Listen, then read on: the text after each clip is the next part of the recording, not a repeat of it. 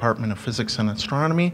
And on behalf of the department and the university community as a whole, we'd like to welcome you all here to the Gaines Science Hall and Rao Planetarium for the third annual Andrew Chamblin Memorial Lecture. This lecture is in honor and in memory of Professor Andrew Chamblin, who is a member of our department before his untimely passing at much too much of a young age. In honor of his memory and to continue it, we have begun a lecture series bringing to the Louisville community as a whole lectures on cosmology and particle physics, which represent Andrew's life's work. This year, we are very privileged to welcome Alan Guth from MIT. Professor Guth is often called the father of inflationary theory, which in astronomy doesn't refer to dollars, but refers to the size of the universe.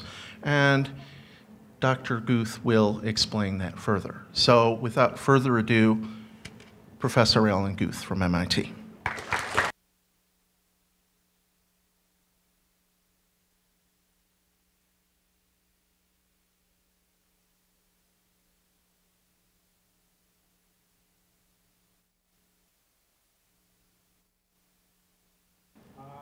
Before coming to Kentucky, Andrew Chamblin spent 2 years as a postdoc at MIT. It was 1999 to 2001.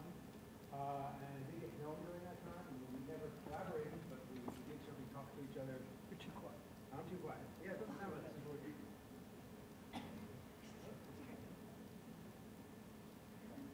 Hello? Can you hear me? No. No? Maybe? The microphone doesn't seem to be working.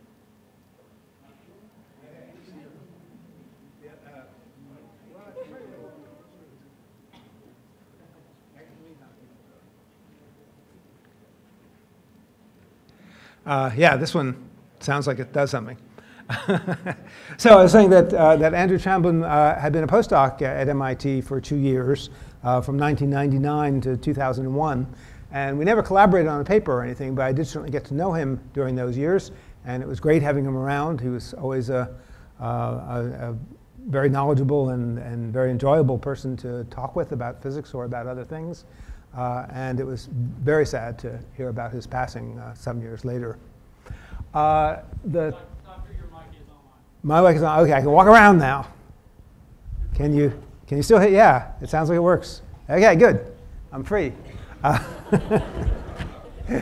Okay, today I'm going to be talking about inflationary cosmology. I should maybe say at the beginning that I got into cosmology not by having a background in astronomy or astrophysics, but rather through the particle physics side.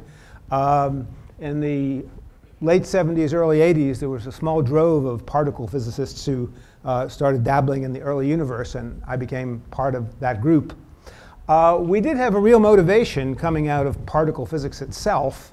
The motivation at the time came largely through the advent of a new class of particle theories called grand unified theories. And what makes these theories important for cosmology is that they make their most prominent predictions at an energy scale that's just out of reach to particle accelerators on Earth. Energies of the order of 10 to the 16 GeV, billion electron volts.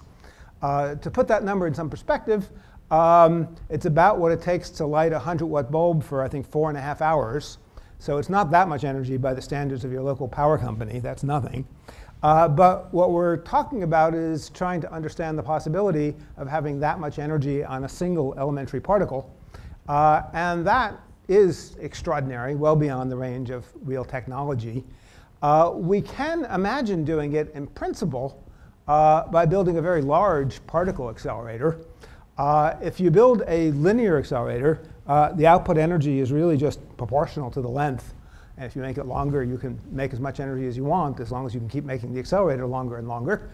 The largest linear accelerator in the world today is SLAC, the Stanford Linear Accelerator, which is 2 miles long and can reach an energy of about 40 GeV. So you can imagine going home and doing an envelope, back of the envelope calculation. You could check me about this. You can calculate how much you have to make it longer to reach an energy of 10 to the 16th GeV. And it turns out to be about 70 light years. So we were, of course, disappointed that NASA was not interested in pursuing that possibility. They told us it wasn't practical for some reason. I didn't understand it. But it seemed to mean that the only access that we had to these kinds of energies was the universe itself in its very infancy.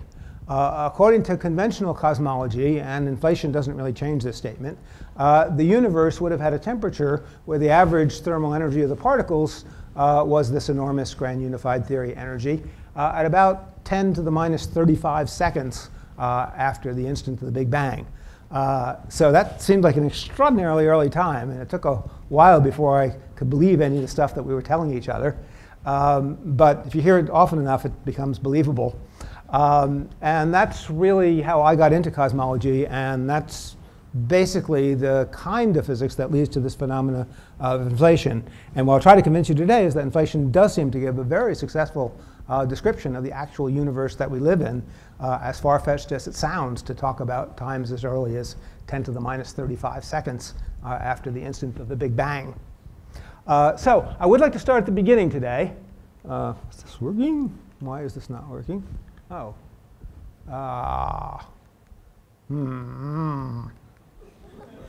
My screen over there is changing, but that screen is not. Now, I was assured. Oh, wait a minute. OK, I think you're OK. I think this will sort of work, but with some delay, it looks like.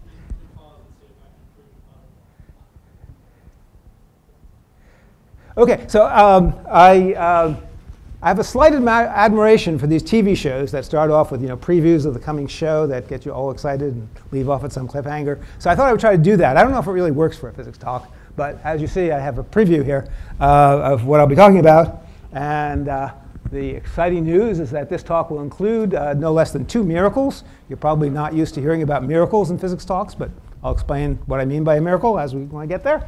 It explains one tantalizing theoretical triumph, which I will brag about, and a little eureka guy there to illustrate running out of the bathtub with the excitement of this triumph.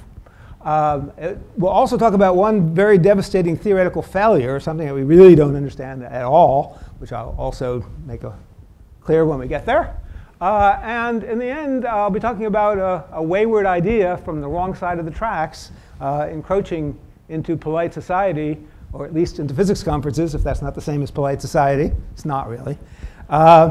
And finally, perhaps even a new way of thinking about scientific explanation, or maybe not. Hard to know. But it'll be for you to decide. Getting back down to details, I want to start at the beginning. So I will start by talking about the conventional Big Bang theory, by which I mean the Big Bang theory before the idea of inflation is added to it. The Big Bang theory is basically the theory that the universe, as we know it, began some 13 to 15 billion years ago. And now we think we even know pretty accurately what that time period is. It's 13.7 plus or minus 0.2 billion years. The initial state, meaning the state that time ago, was a hot, dense, uniform soup of particles that filled space uniformly and was rapidly expanding. Now, I should maybe mention here that there's a popular cartoon image of the Big Bang, which consists of an egg that was sitting there in empty space that at a certain time suddenly exploded and spewed matter out in all directions. That is not the scientific image of the Big Bang.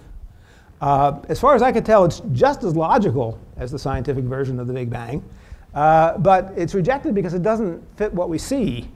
The point is that if we had an egg that exploded out into empty space, unless you happen to be sitting right where the egg was, you would expect that if you looked toward the egg, you would see a bright spot. And if you looked in the opposite direction, you would see things looking kind of dark. But that's not at all what we see when we look around the universe. What we see when we look around the universe looks really the same in all directions, as long as you average over tiny things. And that means that we have to somehow explain this uniformity. And in the context